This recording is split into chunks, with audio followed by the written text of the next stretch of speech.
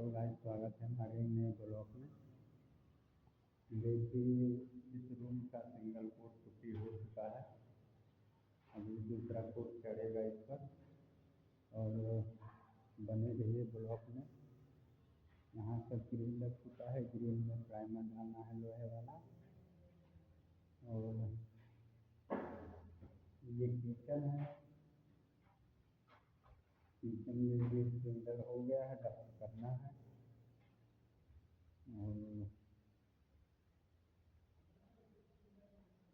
ये रूम में भी सिंगल कोट हुआ नहीं है, सिंगल कोट करना बाकी है।